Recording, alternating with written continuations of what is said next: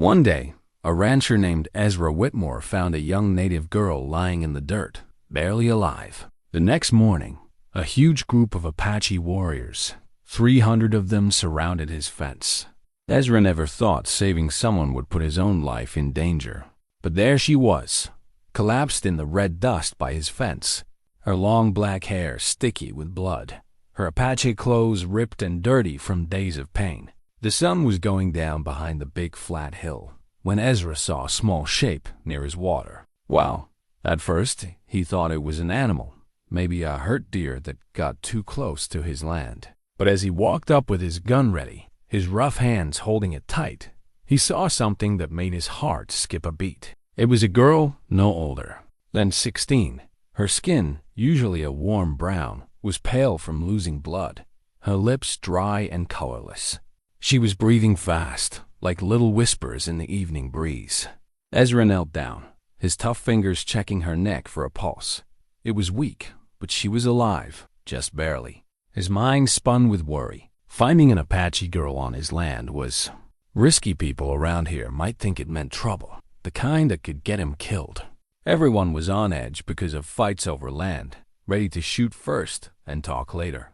But looking at her young, helpless face, Ezra felt something warm. Inside, something he hadn't felt in years: kindness for another person. She moved a little when he touched her shoulder, her dark eyes opening for just a second. In that moment, he saw fear, but also a tiny spark of hope, like she really wanted to keep living.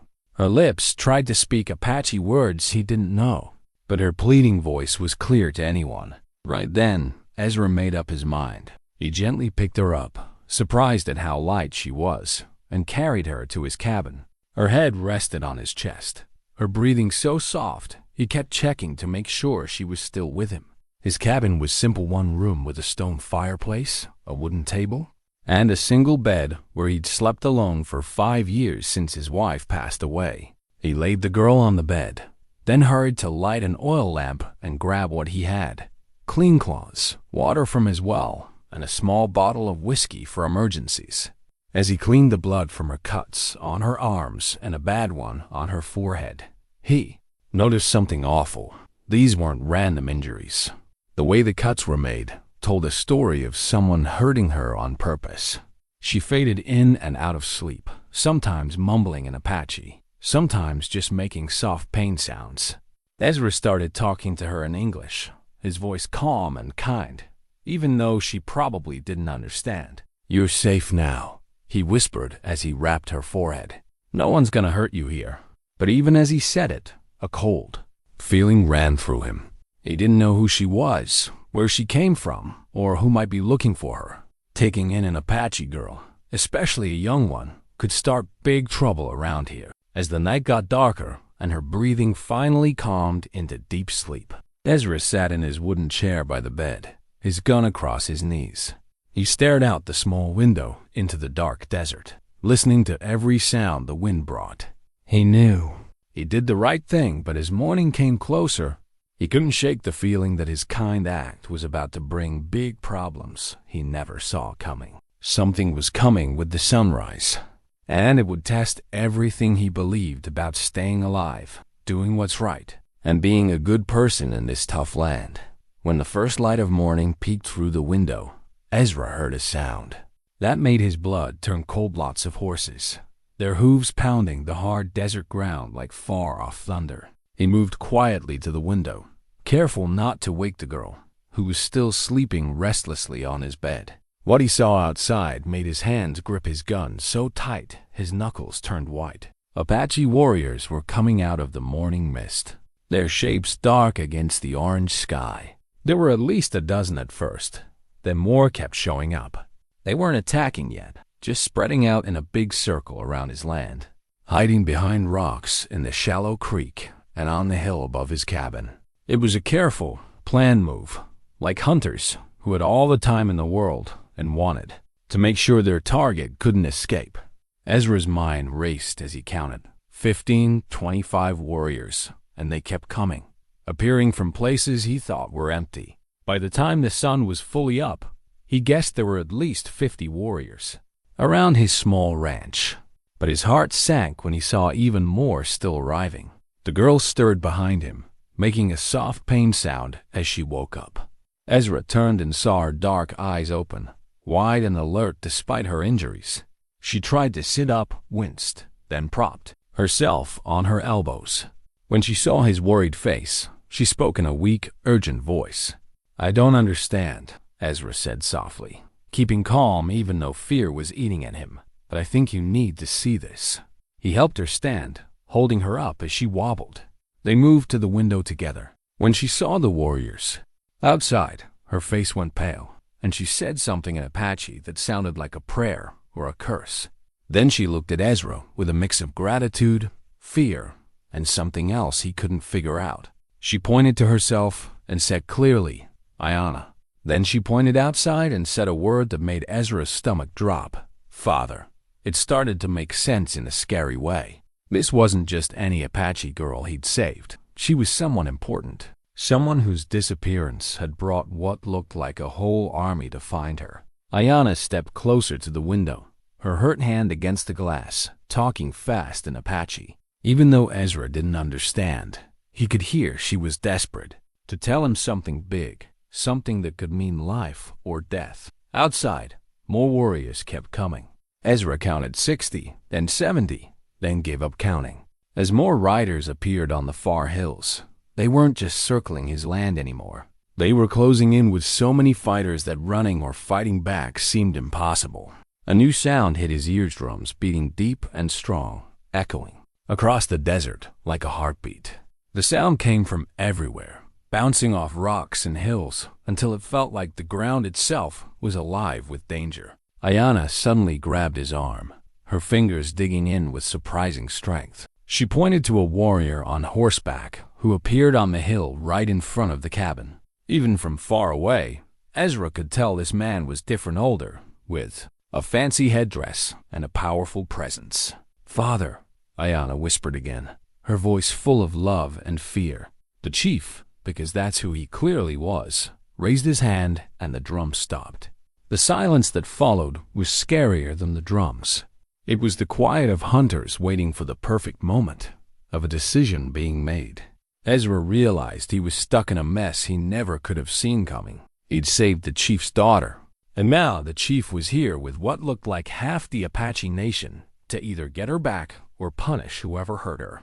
The morning sun climbed higher, but it didn't bring warmth, just showed the huge number of warriors against him more clearly. More kept arriving, setting up with the calm of men who knew they had all the power. Ezra guessed there were close to 100 fighters around his ranch now, maybe more. Ayanna turned to him, her eyes full of urgency that didn't need words. She spoke fast in Apache, pointing to herself, the warriors, and Ezra. Whatever she was saying was super important, maybe the most important thing either of them would ever say. But Ezra could only shake his head, the language difference like a huge wall between them. Outside, the warriors' circle got tighter, and Ezra knew whatever happened next would decide if he'd live to see another sunset. The chief raised his arm again, and a single warrior rode slowly toward the cabin. Ezra watched through the window, noticing the man's careful pace and how he held his weapons ready but not attacking. This wasn't a fight, it was a message. The rider stopped just out of shooting range and called out in clear but accented English, "White man, you have something that belongs to us." Ezra felt Ayanna tense beside him. She grabbed his arm, speaking fast in Apache, her voice sounding like warnings. She kept pointing to the warriors herself and making signs that clearly meant danger. "Send out the girl," the warrior went on, his voice loud across the desert. "Send her out now, and maybe you live another day." Ezra looked at Ayanna, whose face was pale. She shook her head fast, tears forming in her eyes. Whatever happened to her before she fell by his fence, she was terrified to face it again. "I can't understand you," Ezra whispered. "But I see you're scared. What did they do to you?" She pulled up her torn sleeve, showing more cuts he'd cleaned. The night before, in the daylight, he saw something he missed in the dark. The cuts weren't random. They were patterns, like someone had hurt her on purpose, almost like a ritual. The rider outside got impatient. You have 1 minute, white man. 1 minute to send her out, or we take her and leave your bones for the birds. Ezra went to his gun cabinet, grabbing another rifle and ammo. If this turned into a fight, he'd go down swinging. But he knew 2 guns against 100 warriors wasn't a fight. It was hopeless. Ayana watched him, then surprised him by grabbing a small pistol from the cabinet, checking it like she knew how to use it. When she saw his confused look, she pointed to herself and said in broken English, "Fight too." Those simple words hit Ezra hard. This hurt young woman, far from help, was ready to fight beside a stranger who'd been kind to her. Her bravery was both amazing and sad. Outside, the warrior got louder. "Time's up, white man. Last chance." But then, something surprising happened. Another rider appeared on the hill, younger than the chief but clearly important.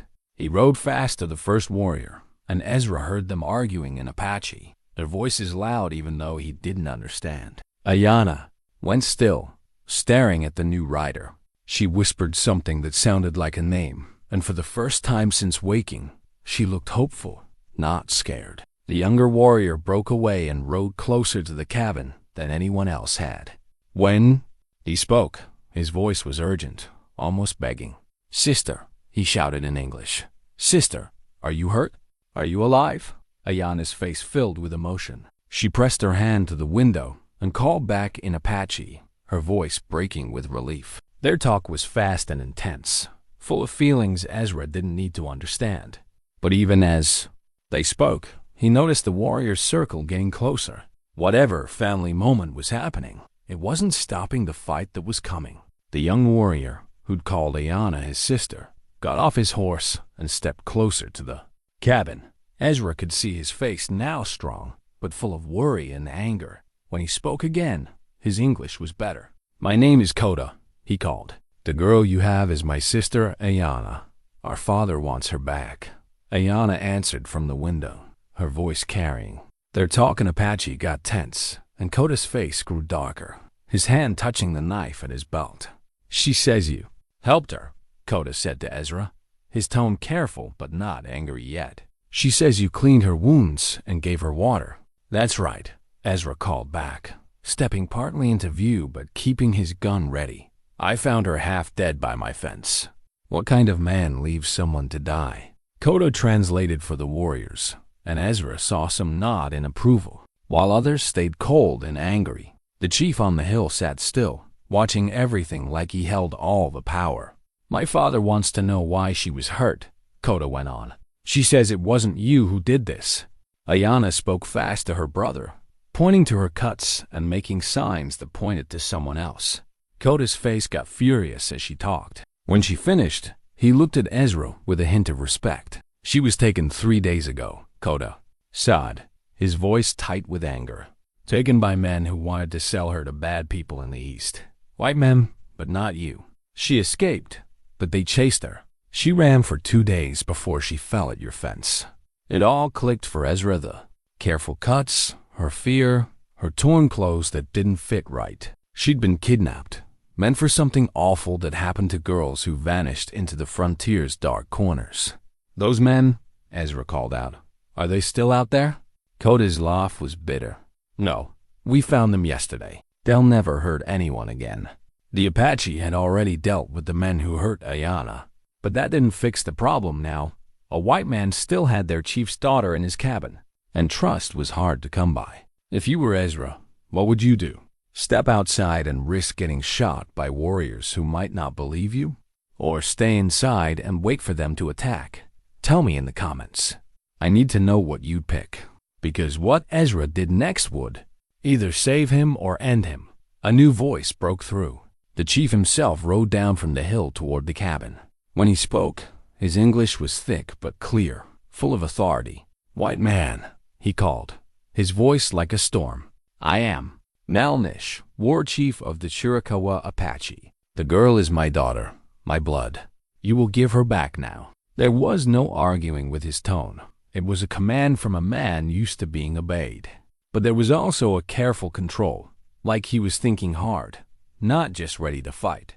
Ayana pressed against the window, calling to her father in Apache, saying Ezra's name over and over. Whatever she was saying, it was about him and what he'd done. Chief Nalnish listened, his face showing nothing. When she finished, he was quiet, and the whole circle of warriors seemed to hold their breath, waiting for his choice.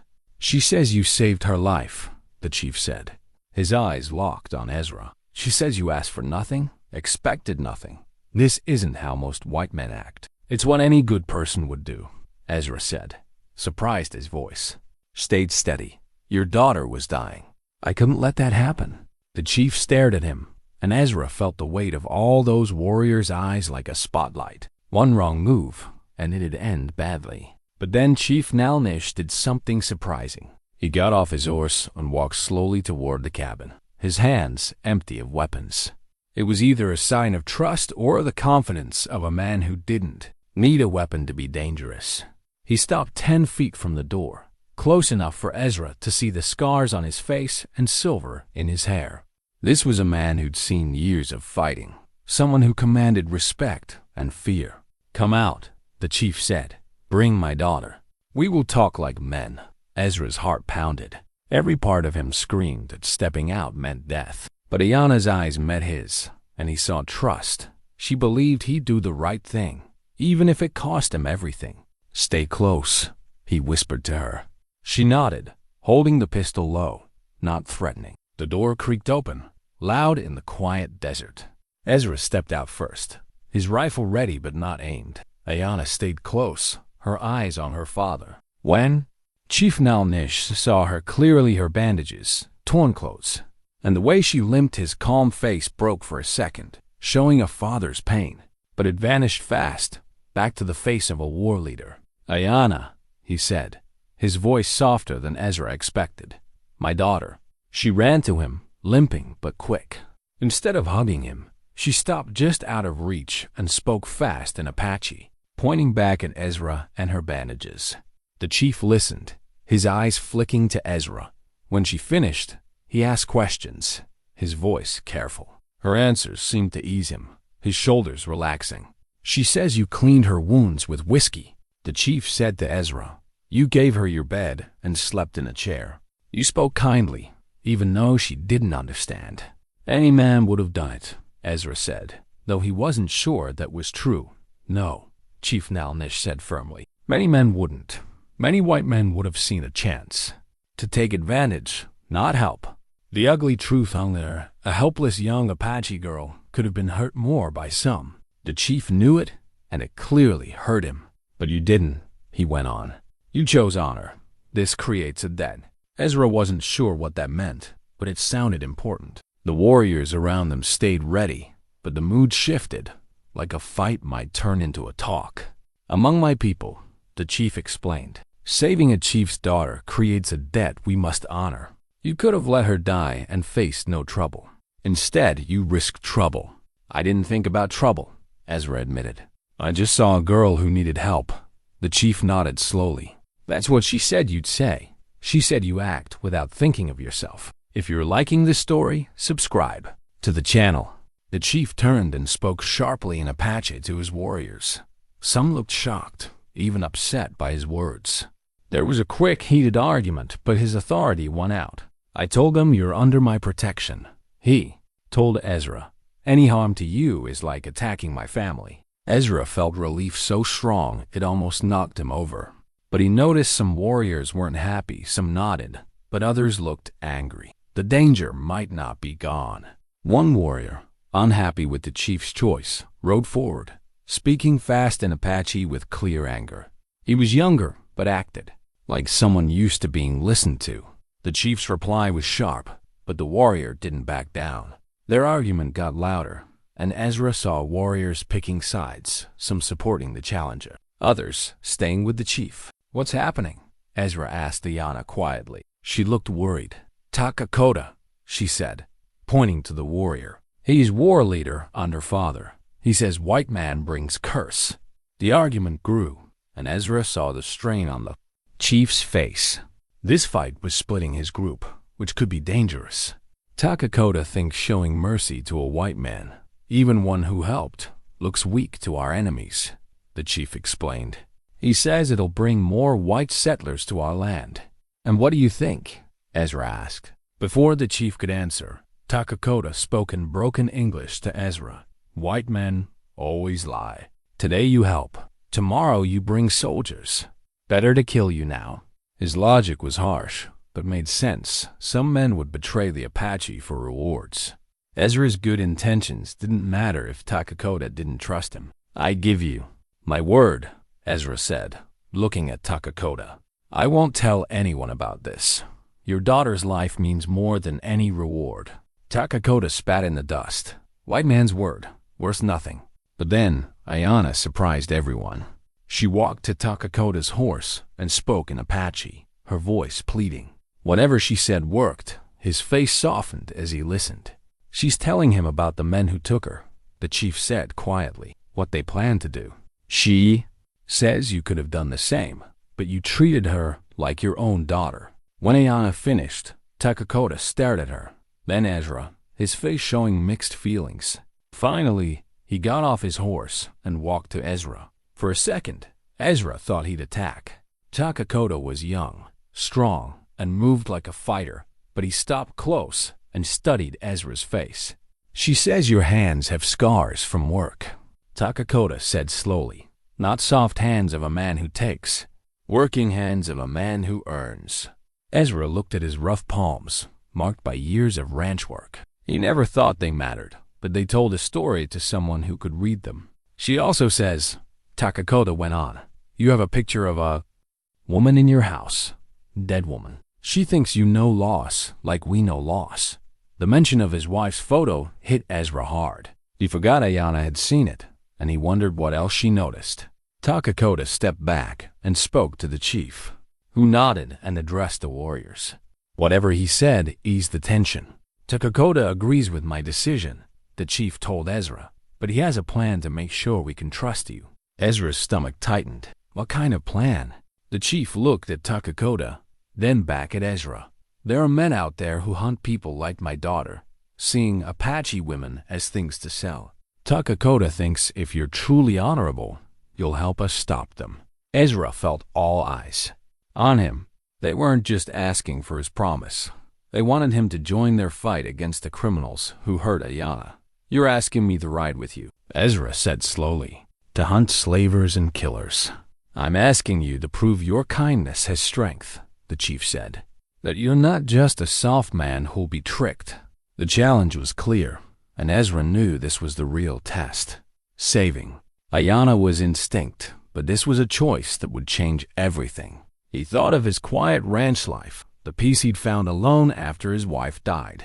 But then he looked at Ayana, her cuts showing what evil men did, and he knew he had no real choice. How many girls like your daughter are out there? Ezra asked quietly. Too many, the chief said grimly. The trade in stolen women gets worse every year. White women, Apache women, Mexican women, they don't care. All are just things to sell. Takakota spoke up, his English better with his passion. 3 days ago, we found wagon tracks. Not settlers, traders. They have cages in their wagons. Cages for people. The image made Ezra's stomach twist. He'd heard whispers of this in saloons, but never thought it was so organized. Where are they now? Ezra asked. Camped near Snake Creek, waiting for more goods. The chief said, his voice full of disgust. They expect more women and children tomorrow, stolen from a settlement north. Ezra felt something cold and hard inside.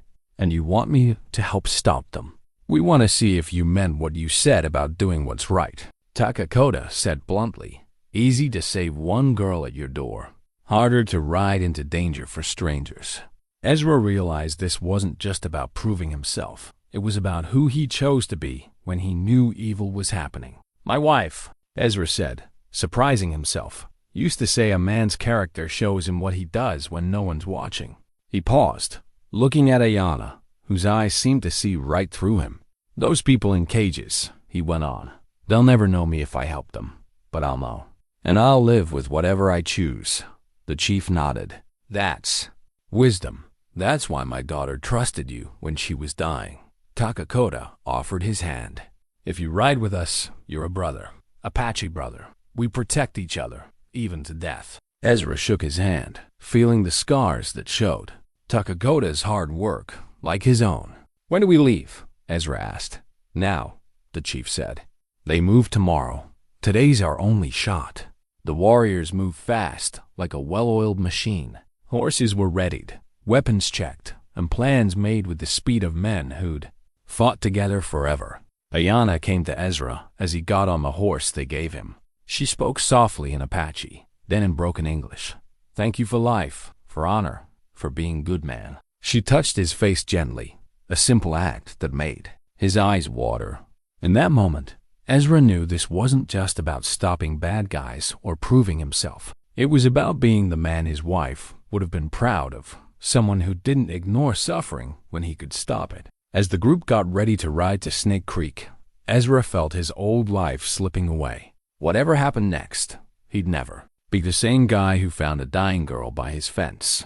The ride to Snake Creek took 3 hours through rough land Ezra thought was impossible to cross. But the Apache moved like water, finding paths where he saw only rocks and bushes. They rode silently, using hand signals that showed years of fighting together. When they reached the ridge above the slavers' camp, Ezra's blood froze. Below, by the creek, were wagons with iron cages, and they weren't empty. Through his rifle scope, he saw at least a dozen people locked in tight spaces, women and kids.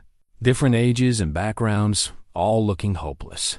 Some were hurt, others sat quietly, but all showed signs of cruelty. Chief Nalnish appeared beside him, quiet as a shadow. 15 guards, he whispered, well armed, but not expecting us. They think they're safe. Ezra counted the men in the camp, rough guys who lived off others' pain. Some cleaned guns, others cooked, but all acted like they owned everything. "The plan's simple," Takakota said quietly. "We surround the camp. Half of us make noise from the north. When they go to fight, the other half sneaks in to free the prisoners." "What about me?" Ezra asked. "You choose," the chief said. "Fight with the distraction group or help free the captives. Both are risky." Ezra looked at the camp, seeing where the cages were and how the guards moved. "I'll go with the rescue group," he said. "Those people need to get out fast." The chief nodded. "Good choice. Shows you care about what matters." The attack started at sunset, when the light made it hard to see the Apache. The distraction group yelled war cries from the north, pulling the slavers' attention.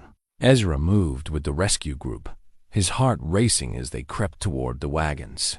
Gunfire started on the other side, as the slavers ran to fight what they thought was the main attack. Ezra reached the first cage, where 3 young women hid in fear until he spoke softly. "We're here to help. We're getting you out." Breaking the locks took time while fighting raged around them. Other warriors freed people from other wagons, moving fast despite the chaos. But as the last lock broke, Ezra heard shouts. Some slavers realized the real plan and ran back. He turned, rifle ready, as 3 armed men charged. His shot took down the leader, but the others kept coming. Takakota appeared, his rifle dropping. The rest. More slavers came, and the fight got close and dangerous. "Go!" Takakota yelled to the freed people. "Run to the rocks!" But some couldn't run, too weak or hurt. Ezra half-carried a young woman who could barely walk, while warriors covered their escape. The fight lasted 10 more minutes, but the slavers didn't stand a chance. They were outnumbered and outmatched by Apache, who knew the land and fought for their families. When the last shot faded, 15 slavers were dead, and 23 innocent people were free. As the freed people got water and help, Chief Nalnish approached Ezra, who was bandaging a small cut from a bullet graze. "You fought well," the chief said, like an Apache warrior. Ezra looked at the freed people, some crying with relief, others comforting each other. "These people," he said quietly, "have families who thought they were gone forever." "Yes," the chief agreed. "And now they'll see them again because one man chose honor over safety." Takakota joined them, his earlier anger gone. "You're an Apache brother now," he said, grabbing Ezra's shoulder. "This can't be undone. You're in our stories." As they got ready to leave, splitting the freed people among Apache families to help them get home, Ayana came to Ezra one last time. She was with her people now, looking stronger. She spoke in Apache, then English. I say my spirit knew you were a good man when it trusted you. Now many spirits will remember you. If you're liking this story, subscribe to the channel. 3 days later, Ezra sat on his porch, watching the sunset paint the desert gold and red. His ranch was quiet again, but not the lonely quiet of before. It was the peace of a man who faced evil and fought it. Inside, next to his wife's photo, was a small Apache bracelet, Ayana left leather and carved bone. Simple but meaningful. It reminded him of the moment he chose courage over safety, shaping his future. The free people got home safely. The slaver network was broken for now, and Chief Nal Nish and his people kept fighting to protect the innocent. Ezra was back to his quiet life, but he wasn't the same man. He'd learned that the biggest choices are the ones where you risk everything for people you'll never see again. And when the next challenge came, as he knew it would, he'd be ready. Now, click the video on the screen for a story even better than this one, with a twist you won't forget.